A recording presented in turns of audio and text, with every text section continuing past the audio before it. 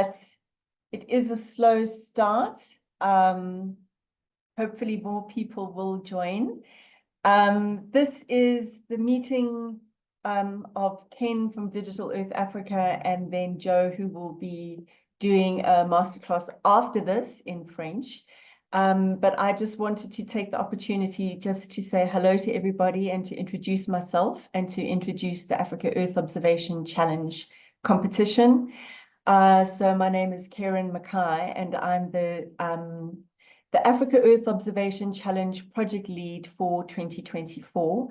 I think because you are here, a few of you do know about the Africa Earth Observation Challenge, but essentially it is a challenge aimed at Africa's entrepreneurs and startups that are utilizing Earth observation data in their solutions or projects or products, as well as also we're extending it out a little bit this year. So we're also considering applications that use Internet of Things, that use GNSS and other digital technologies. So this is the first year that we actually are doing masterclasses, and the masterclasses are primarily being hosted by our partners.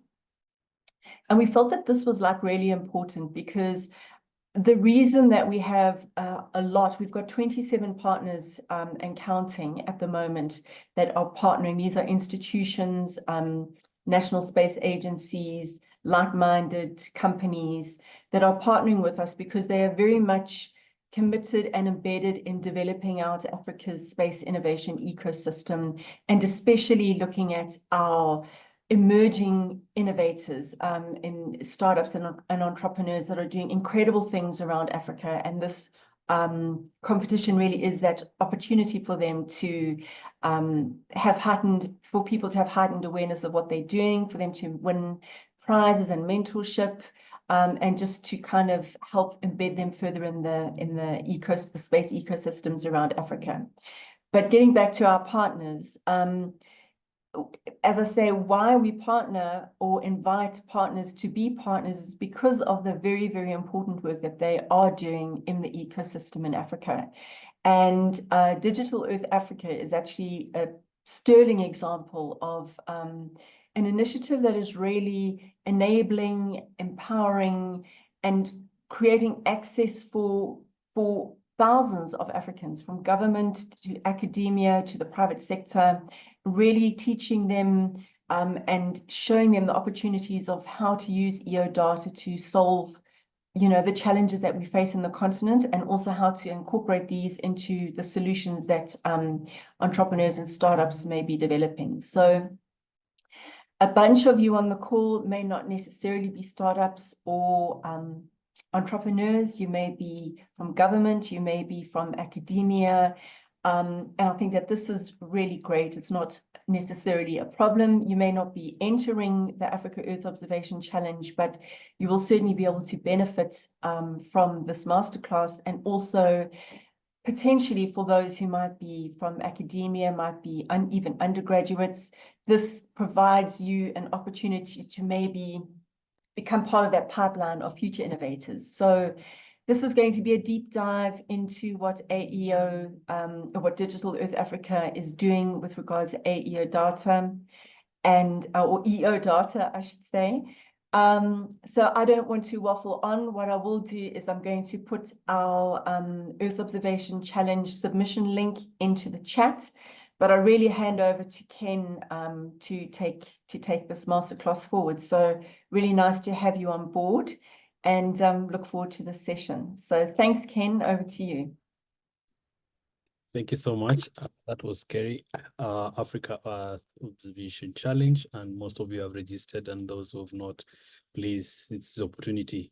Welcome everybody. Good morning or good evening, depending where you're calling us from. It's a Continental Pan-Africa program, and today is to give you an overview of this Digital Africa program. So please be putting your questions also in the chat so that we make it very interactive. And we have recorded this session to share with you and for you to follow up. And the slides will follow later for those ones who registered via Kerimake. Thank you so much and welcome. So Digital Africa program, as you can see, and this is where we all minimize our videos so that we can have bandwidth for the presentation. So Africa EU Observation Challenge, we've had the background since 2015, has really been empowering everybody. And from the Digital Africa side, it's a program which was set 4 years ago with similar objectives of Pan-African program, building the capacity in Earth observation so that we empower everybody, leaving no one behind. So if you look at this just as a small quiz, this is the Eye of Sahara in Mauritania based on Sentinel-2 data. So there's a lot of features we can discover in Africa, and the opportunity here, this is a continental program providing analysis-ready data from the free and open satellites, and you guys are also important and helping us reporting on these thematic areas from agriculture, water, land, urbanization, and coastal erosion. Program is continental. We currently hosted by RIS in South Africa. We were working with partners across the continent, trying to cover all these countries. Requires the effort of everybody, leaving no one behind. Engagement with governments, academia, civil society, the media, and everybody. The program is hosted by Amazon Web Services, and it uses the Open Data Cube technology, making sure you can connect from anywhere within the continent and outside. We almost have 4 petabytes of data, which is very key. And the program has actually developed continental services that you'll learn more about today if it's for your first time. And those ones who've been there, they have actually been using the services. So we have the water observation from space, we have coastlines, we have crop service, and I'll be able to show you step by step. So the water observation from space was the first continental service product started in 2019 and launched in 2020. And it was a continental effort where stacks of Landsat data from 1985 were used to derive that information on water availability from space.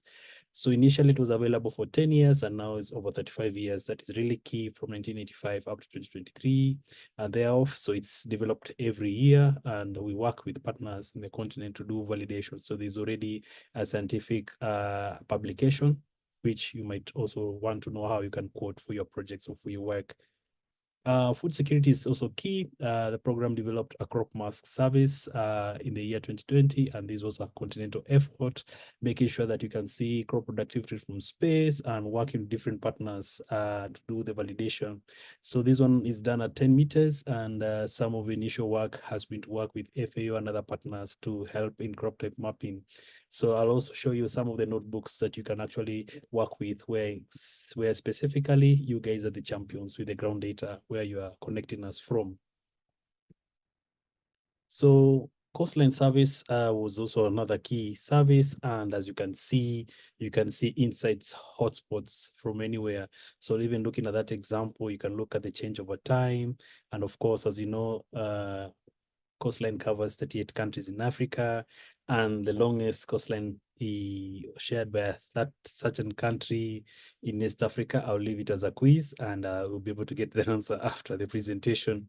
So this service has been a product of co-development with partners. I work closely with Center du Suivi in Kologi in Senegal and the Regional Center for Mapping in Kenya, and is really helping us connect partners. So over 15 years of data, it's very key for showing those insights.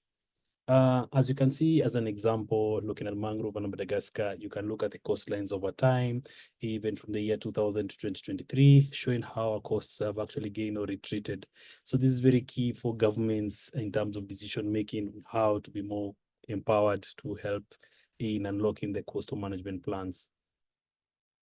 Water service is one of the recent services Digital Africa has developed and launched actually last quarter of last year. And this is an advancement of the water observation from space. It's very key, showing those individual water bodies, maybe some areas that you grew up, you never knew there was a wetland, but then you can go and see, wow, it was a wetland, and it's showing over 30 years, which is very key to unlock that potential of management, or even see how to guide communities in terms of living in terms of resilience, because as we can see, we are impacted by climate change. So the Digital Africa program, having been there the last 3-4 years, has worked with different countries and championed like you guys to share some of the stories.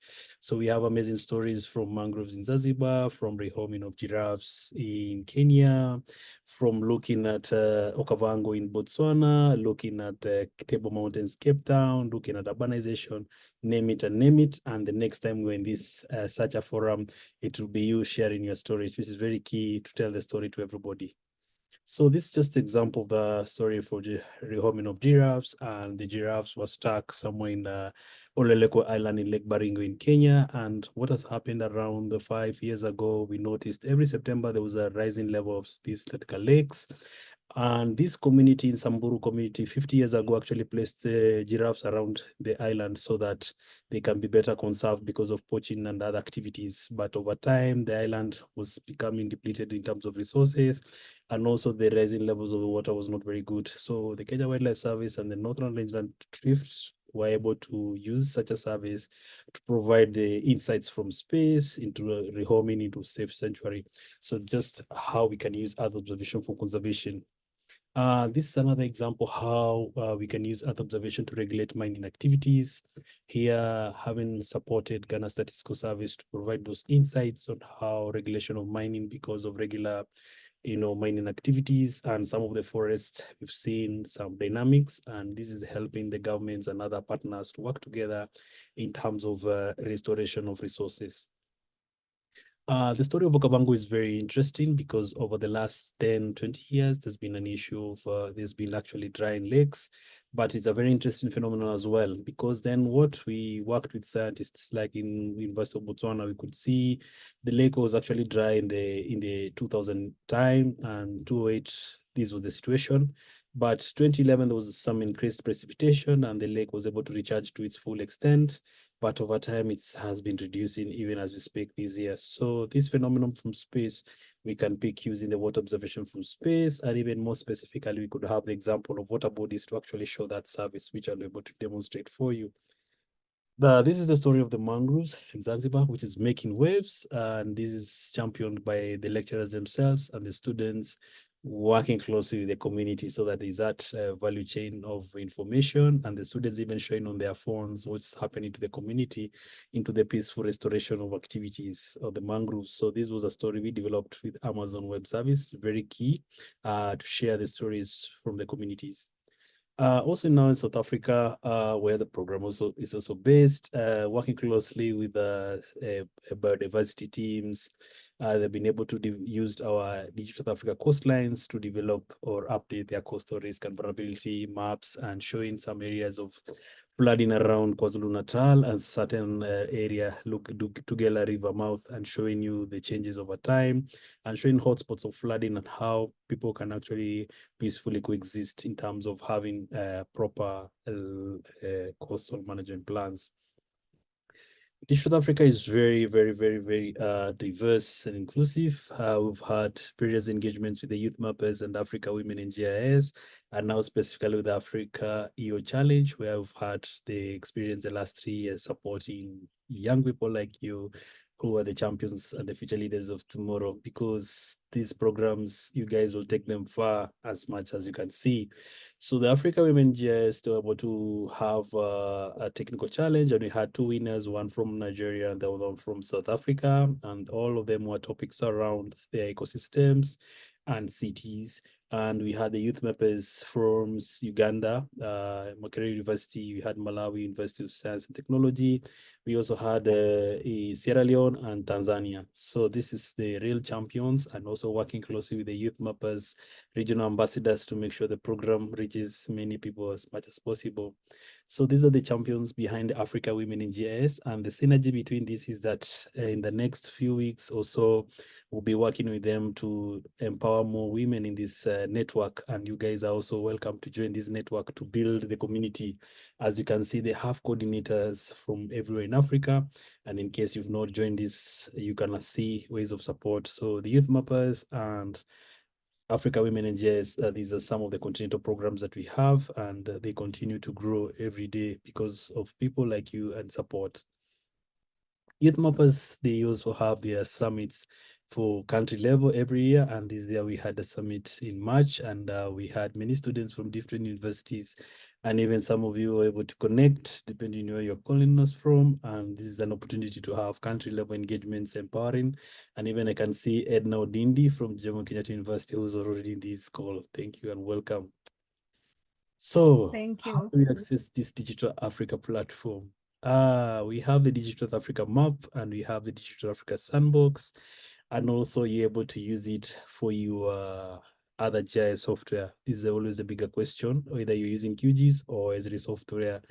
And also you have a free online learning platform. So also our data is also available on the Africa Geo portal, which is very key to connect all users from everywhere. So the Africa Geo portal, we worked with Esri to develop also tutorials on how to use our platform. And we also have tutorials in English and French on the same to make sure we are all empowered. Then, as I mentioned, you can access our data in many other ways. We have the metadata explorer showing you the gallery of the data. And also our data is, you can access it as other web map services.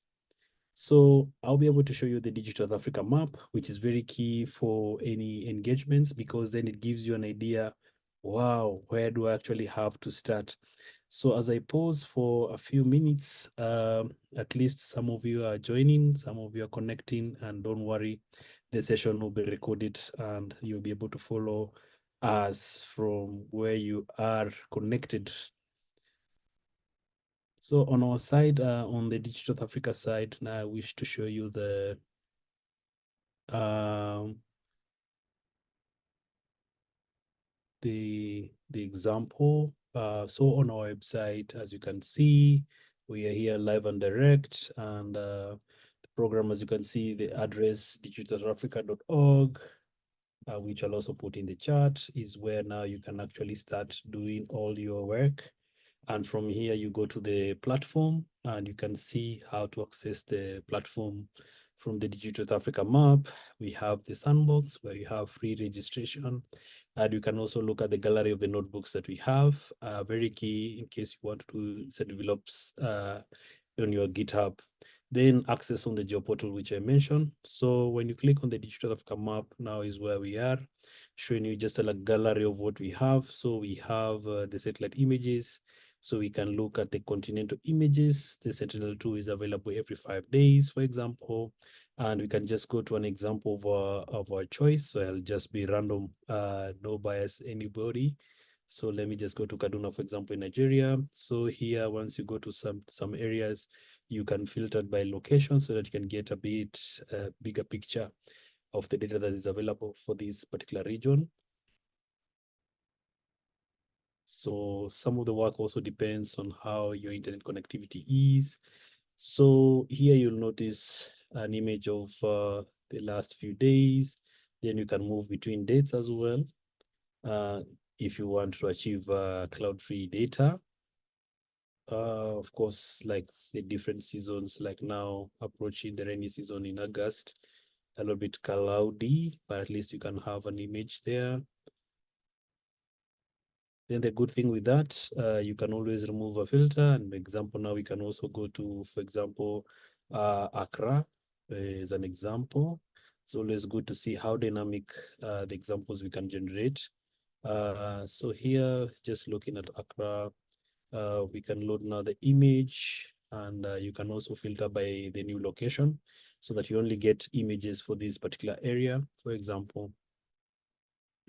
So we have an image of June, have an image of 24th, an image. So you have Sentinel-2A and 2B. So that gives you every 5 days there's something. And around this time, we have a lot of clouds around this time. And the good thing with this one is that you can just move around until you get a good image, for example. So we're in October, we're in August, sorry. They're moving the year very fast. So you can see around this time, approaching the rainy season, a lot of cloud cover around this time. And January, of course, you can get a very good image, for example. And I think the June time we had better imagery, for example. but that should not worry you. So the other thing is this, is that you can view different bands indices on the fly. For example, that is just a false color composite instead of downloading. So you can imagine how you saved yourself some time. You can look at the vegetation index.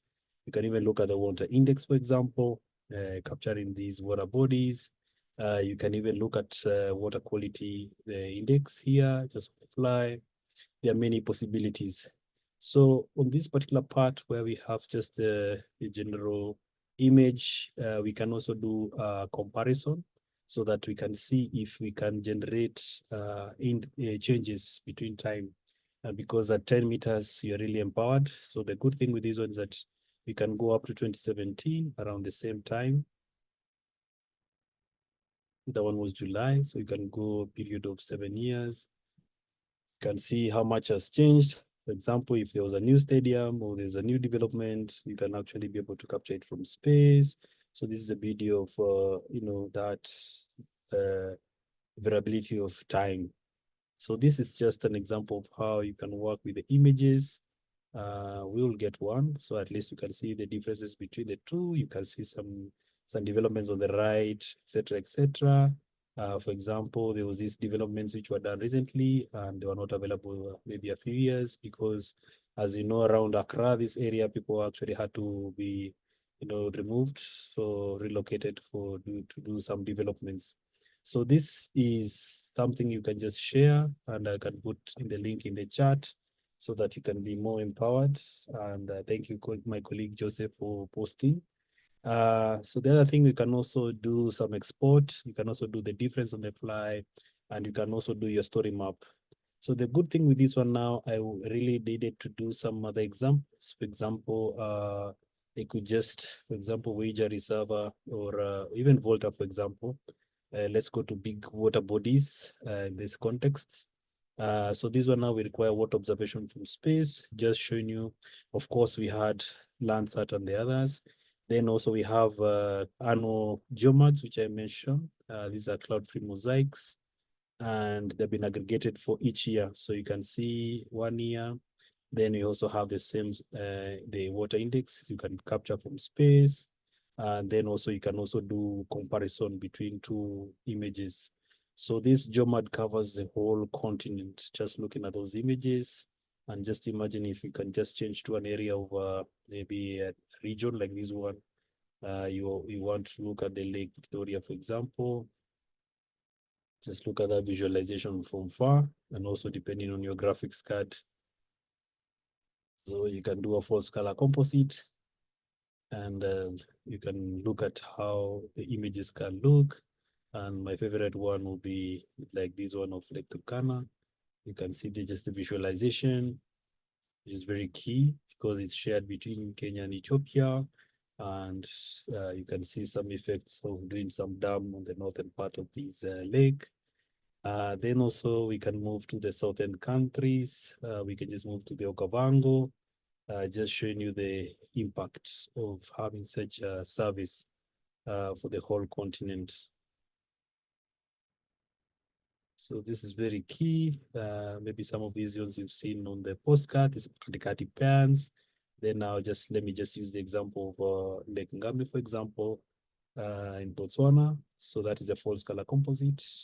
Then now let me put the product on water so that we move very fast to the example, the sandbox, so that I can give you guys some time to register. So that is the water observation from space, showing you the data over many years, as you can see. And the good thing with this one is that I mentioned it's drying. So how can we know? That is the one all-time water service. Then you can do each year visualization to see how much was captured from space. And this is the situation in 2022. And then I showed you some text around this time. You can see it was dry, but we had some floods around 2010, 2011. And you can see how the body was able to recharge by the year 2013. And now from there, we had some drought and drought and drought, and things were actually dry. So this is one of the stories we share with everybody. And of course, even the story of Cape Town, we can see those water bodies. And the other part is that we can confirm with our Sentinel-2 data. We can go to the daily data captured, and we can look for an image around this area so as to confirm what we can see from space. So I wanted to give you that idea that you can show something, and you can also show some validation using other satellite data, because then I know you need to go to Google Maps or another platform. So this is the situation like last month. So you can actually see the body has really dried, as you can see. Now in the winter time, no water, and we expect rains around November, but it's not always the case. So there's an image of last week. And from this one, you can even look at the water index. You'll see there's no water captured from this area. So this is also a very worrying situation of capturing drought to help communities become more aware. So that was just water observation from space. The other one we could do is we have many examples. Let's do the coastlines, for example. And of course, as I mentioned earlier in the presentation, 38 countries are covered. And I mentioned one of the countries as the longest coastline will be Somalia, just as a quiz. But of course, the longest coastline as an island will be Madagascar. Just some interesting facts. So this is a coastline showing around Mombasa area. And maybe you could ask, do you change the background? Yes, you can. You can change the background of the maps to an imagery. So I was using plain maps because of the bandwidth of where I'm presenting from. So you can always change based on where you are based. You can even do 3D terrain if you have at least more than 40 Mbps. So you can see the imagery, you can see the lines and the coastline retreating over time. The best part to mention is that you can do your measurements to see how much has changed or how much distance over 100 meters, 150. So some of these insights are very key. We could do these coastlines for most countries, but now this is just an example of what is possible because you guys are the innovators. You'll be able to go to their platform and do amazing things and, good stuff. So that is just the Digital Africa map. As you can see, many data sets, images, the Landsat 9 is available, all these giving you the opportunities to work. Recently, they were putting the planet maps, which you can also access and see the mosaics, but they're based on the 2020 data, the vegetation, the anomalies are very key, and all this is possible. So for cropland, what was the impact? So for this one now, we need to go to a cropping area. I normally like going to Kavango North, where we have this region. And the good thing with this one is that you can add 2 layers. We can add the layer of water, of course, to relate with irrigation and some of the irrigation area. And you can see the crop area. And here we are looking for probability of cropping. And you'll see the imagery change.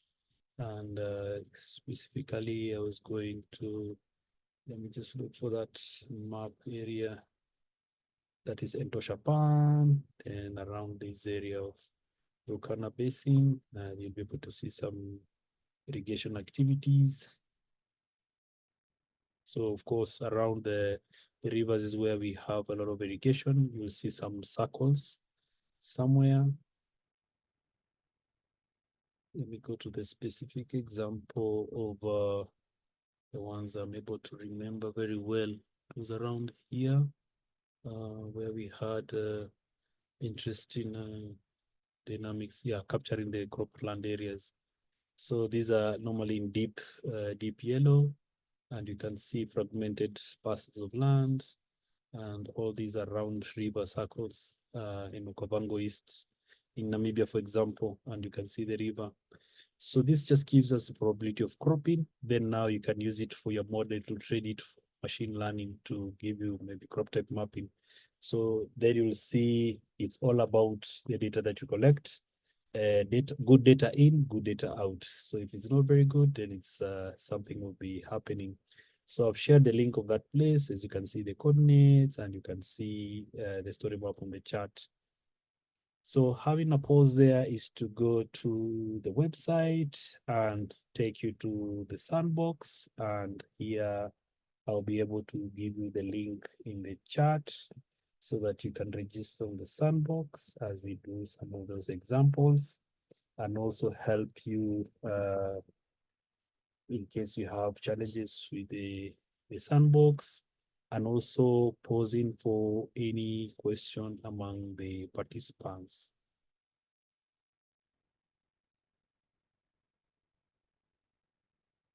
So silence means everything is very nice. Oh, this is very nice. We are all experts, and most of you, I think you've registered on the platform, and also giving you time to register. You are on the sandbox in case you've seen the link in the chat. Then now we can continue with the demo on the sandbox.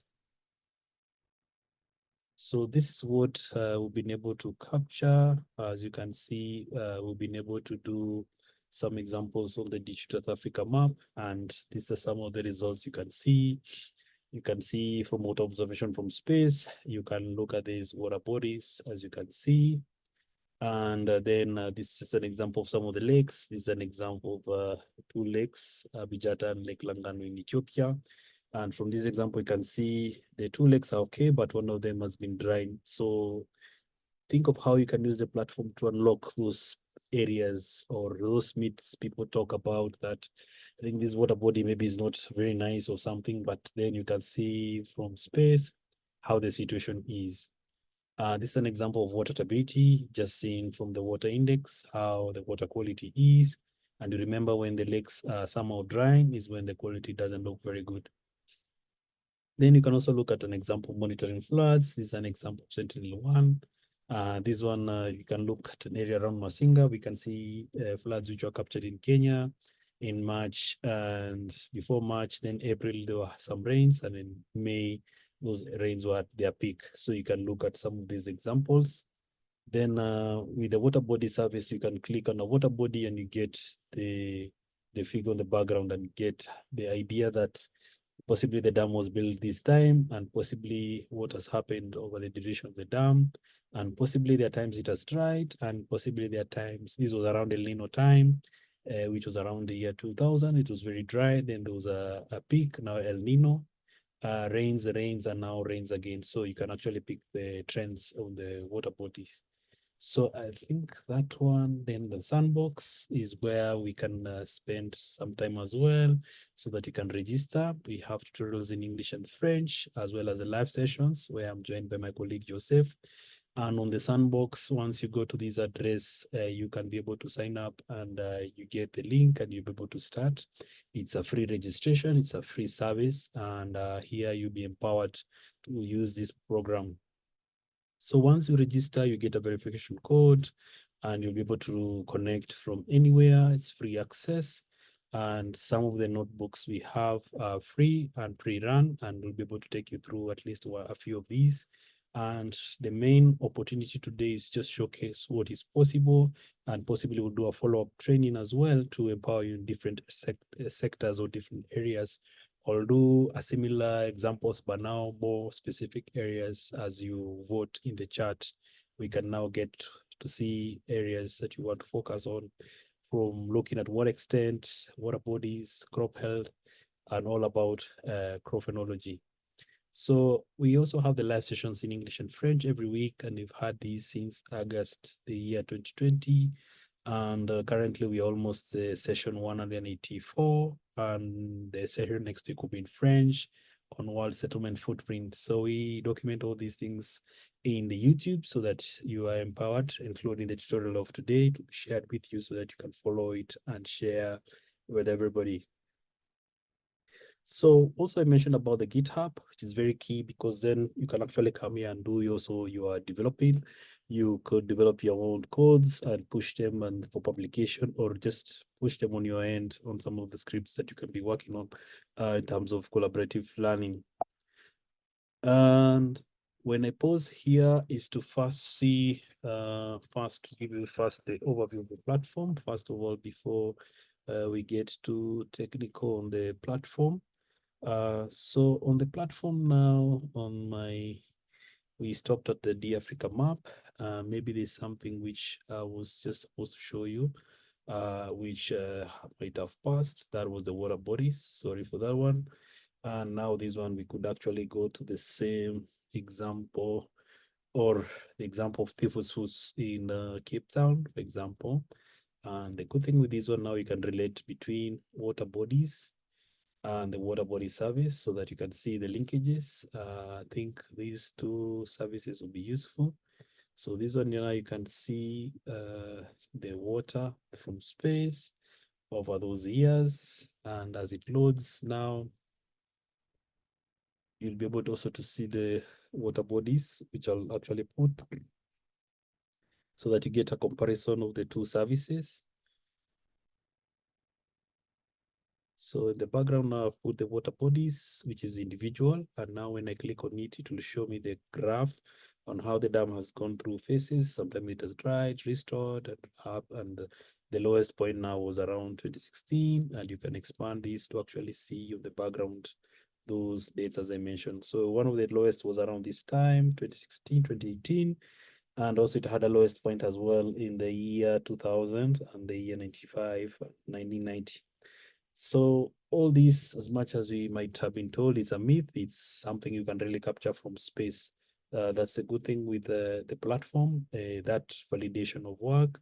And now to actually show this particular example is that you can actually do the individual water bodies, these annual water observation from space. And as I've put it in, as in any GIS, it's just to change to the dates which we know or we might have had, at least things beyond this time.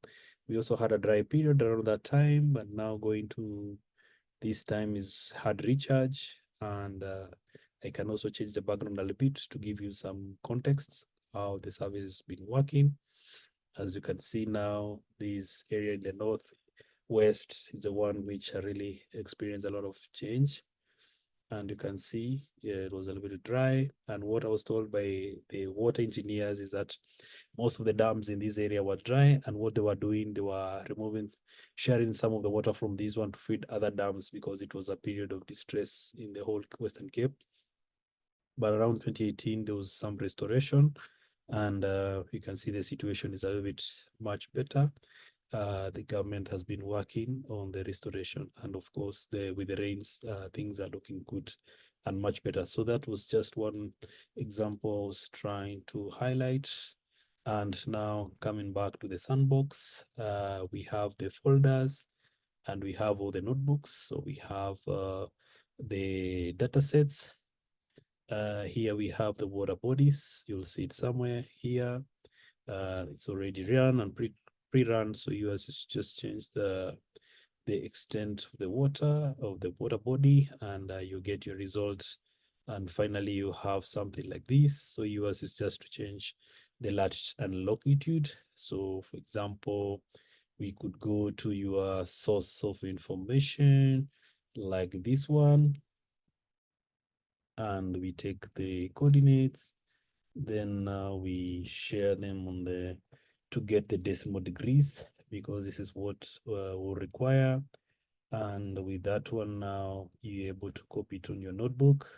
So these notebooks, you can actually, like this one, you can copy there, and you can generate your own examples. And the other part is that if you want to only save for this one, you can actually save it as a notebook with your name or the particular example.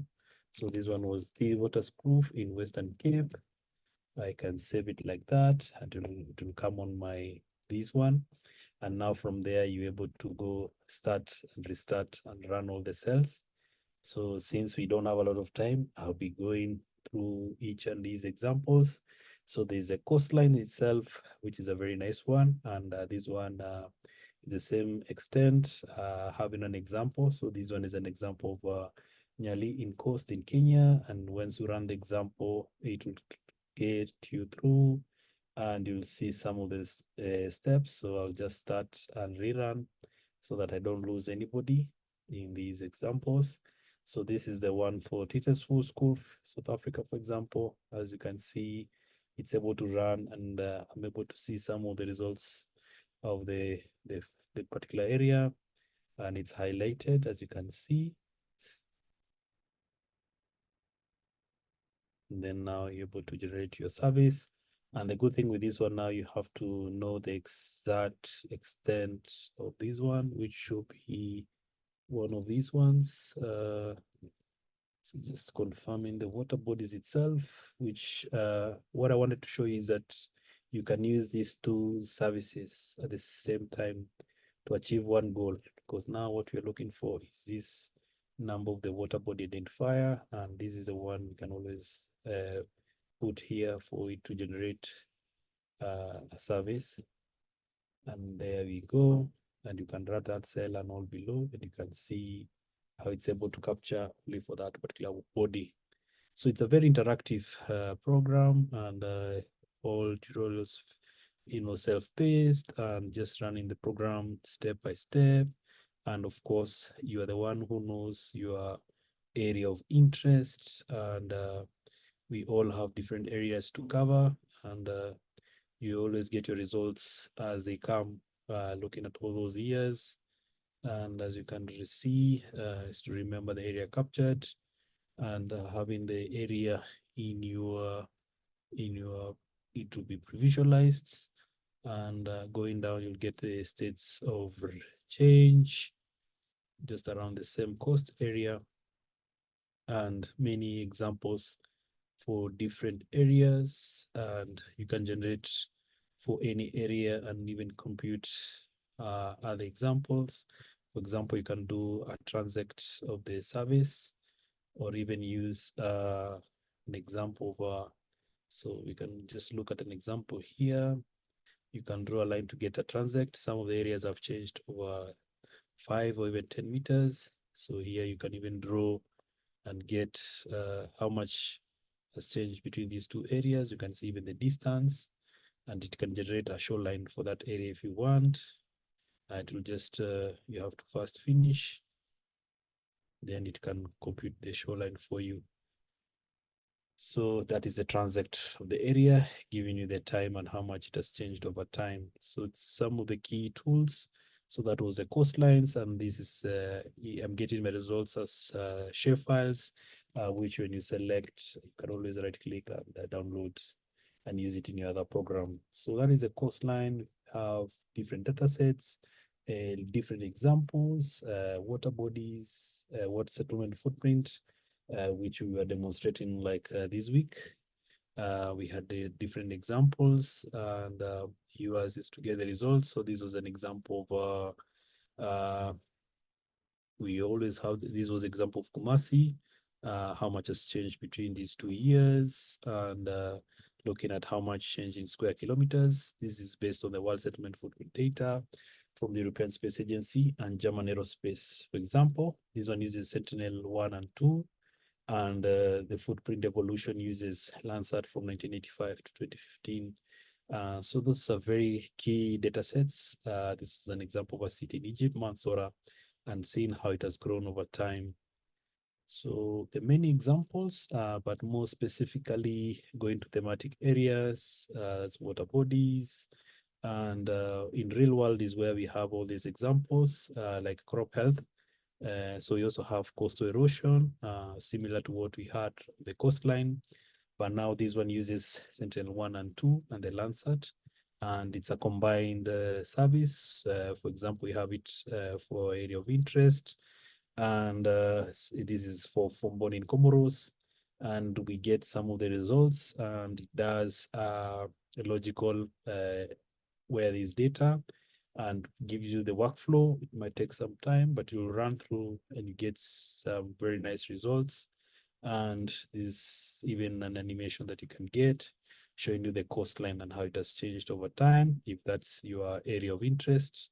We can go to the crop health, which is also very key for most people. This is just start and rerunning it, and it will be able to give us some of the results, and it will get a dialog box where we can change our area of interest. You can even change the dates, and based on the availability of the Sentinel-2, and it will give us a dialog where we can actually put in our area to get the phenology. And more related to that one is the phenology optical.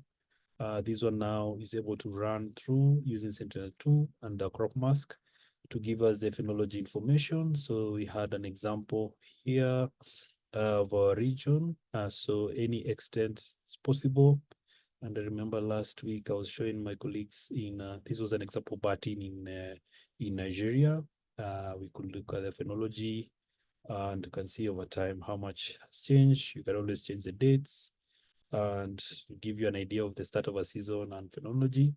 So the best example I remember was this one for Daru in Sierra Leone, where we worked with Momon, and we were able to change some of the dates. And here we were looking for rice variability that they have, the one which is planted and harvested in November, and another one in October. So we were just trying to see the harvest times. So we could see the variety around this area was harvested in December, and we had another variety in Baduma in Sierra Leone, where we were able to see the harvesting is around, you'll be able to see the results. This was very dynamic. So here, this land had two varieties. There was a harvest in August, and another one was in November, December. So we can actually see a lot of information based on this. We can also use optical data. That was just for phenology, and I can also choose to go to this example of a crop health, where now we can actually digitize individual parcels to actually see the phenology of each parcel and how it performs from space. You'll get the vegetation phenology, then you can go to another parcel. Of course, this one looks very good just from visually. Then you finish your point, as you can. And you can notice the phenology of this based on you can see very good vegetation, different times, and other one low, maybe harvesting time. So that variability, you can digitize several plots, or you can do it for any region. It can give you an idea of how cropping season has performed, and you can see just a different example of areas or different areas. So with this one, I will be able to so that you can follow up. Then, of course, we have the learning resources which are loading here, and here you have self-paced, and step by step you get your certificate of participation. So we will normally advise you to start to the introduction to Sandbox, and we also have, you can discover new courses. So we have English and French, gives you better view. The introduction to Sandbox in English and French. We have water resources. We have agriculture food security in English and French. We have urbanization similarly, land degradation, coastlines, and water observation from space. And we continue to develop them based on the need and the advice from you as the stakeholders. And the user guide actually now gives us step-by-step information on what is available, and the more documentation on the materials that have been used, and it will be able to show us some of the notebooks. So the example of the crop health that we were looking at, and it give you step-by-step information on how this one has been developed. And the best part, since I mentioned the water observation from space, is that we could go to the data sets section, and you can get more information on some of the products. So like water observation from space, we can see more methodology, and even if you need to cite some of these methodology. So we've tried as much as possible to make it all inclusive on how to start on your Sandbox. And I'll be able to put the link also in the chat, and just taking you to the presentation. In the presentation, you'll be able to see some of the summary of the notebooks, because of course it's good to get a variety of what is available and see how much you'll be able to use for your projects. So this is just a summary of the notebooks we have in the in the agriculture food security space. We talked about crop health. The crop extent is available, and the vegetation anomalies we can check. I'll give you the example of the folders. This slide will be able to share with you. And this was an example of crop health, and you can see some of the results. We also have a folder on forecasting vegetation condition. It gives you an idea of what could happen in the next 3 months for forecasting of your vegetation. This is an example of some land. And also we have vegetation anomalies. This one's very interesting because then you can generate for any parcel of land. This is just an example of somewhere in Madagascar. You can see the trend every year. Then we have the true animations with rainfall anomaly. You can look at some of the areas and how rain has changed, or in terms of anomalies, dry areas and wet months or wet years. So that dynamics of climate change. And these are the notebooks available to help us in water resources. We had the water observation from space. We have an example of using Sentinel-2, and the one on chlorophyll example would look at water quality. And this is an example of the water observation from space. We can look at Lake Chad, the big lakes we have, getting all the information in the sandbox. Then this is just an example of Lake Ziway in Ethiopia. You can see the changes from space. It's very just an example. Then you can look at areas. So this one is fairly a lake which has remained constant, not much variation. Also in the water bodies service, it has been fairly okay. And also in the water bodies, you could see only a few times, but then it has relatively been stable. Then you can also look at the wetland insert tool, an example of Wager Reservoir. You can look at the dynamics. Then also an opportunity to study flood areas and the assessment. It's an example of some work we did in Apata in Nigeria, Afrigist in Ife. It's an example of Lokoja in Nigeria. We also have notebooks on coastal and mangrove. We have a notebook on mangroves. You can see its location and the SDG that it does supports. And also we have the notebook on coastal erosion, which I've also showed you.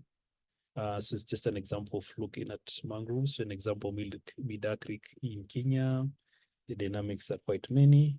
Then we also have coastlines. It's an example of Mombasa and looking at the coastline over time. Then we also have an example of Medezo, looking at the dynamics of coastline in Mozambique, which really has been affected by different cyclones. And that's why you can see that variability in those rates.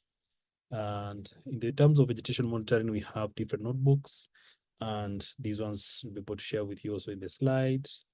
And an example is you can use optical or radar, where we have the Sentinel-1, and you can compare your phenology curves, and you can see they are almost relating. So we have a start of the season and planting, harvesting, and end of a season. So we can actually compare per year, very key. Then also vegetation monitoring, we have burnt area mapping and fractional cover. Burnt area mapping using Sentinel-2 is quite key. This is an example of a city in Ghana, Marapusi. Then we also have an example of fractional cover in oil fence settlement in South Africa. You can just see how things vary from time. Then we also have the case of urbanization. You can study from space. We have the urban change notebook. We have an index comparison notebook, and also we had the wide settlement footprint as an addition. So this is just an example of looking at urbanization. You can look at the trends over time, and you can see areas which have remained, which have grown in red, and areas which have remained or have actually declined because of some government initiatives. Is an example of the wide settlement footprint. It's an example of Addis Ababa. You can see it growing over time.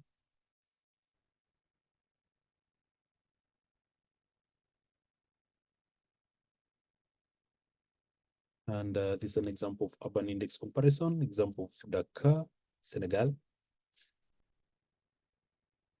And we have cross-cutting notebooks. We have one on the ship detection. We also have land cover and surface mining, which is the interesting areas to look at. And in this area, ship detection is very key. So this was an example of one incident of one of the ship had actually blocked the Suez Canal. It was in 2021. And you can see this notebook uses the Sentinel-1 imagery. Then on the land cover, there's a notebook where you can actually go and look at country level notebooks and get a visualization on. It's an example of Ethiopia. You can see different years and different growth, quite a growth in urban growth. Then we also have land degradation as a service. We've worked with our partner, Afrigist, and Observations Sahel in Tunisia to develop information on land degradation. And there's a course in English and French, and this is 4 topics you're able to cover, and you get a certificate of participation. And back again to the courses that we have, and just an overview of some of them. We have agriculture, some of the topics covered, urbanization and coastlines and water resource. And also we have water body service, and we always have the live sessions in English and French. So next week it will be world settlement footprints in French, and all these are recorded on the YouTube, and we keep the program engaged because of your support, and thanking the partners who've made the program successful, especially the Australian government and Helps It Trust, and other regional partners such as Group of Earth Observation and other partners, and our host Reese. And I wish just to take you to the program again, just to finalize on some of the notebooks that we have, and the other part is the resources that we have. So like on the YouTube, we have the session today will be uploaded and made public for you, and looking at the different videos that we have every week in English and French, and how we have you can look at the different channels, playlists, live sessions, and also going back, we have social media, and also the best part is that we have the blogs where you can actually see some of the champions and some of their work. And I know next time it shall be you featuring here because of your amazing work.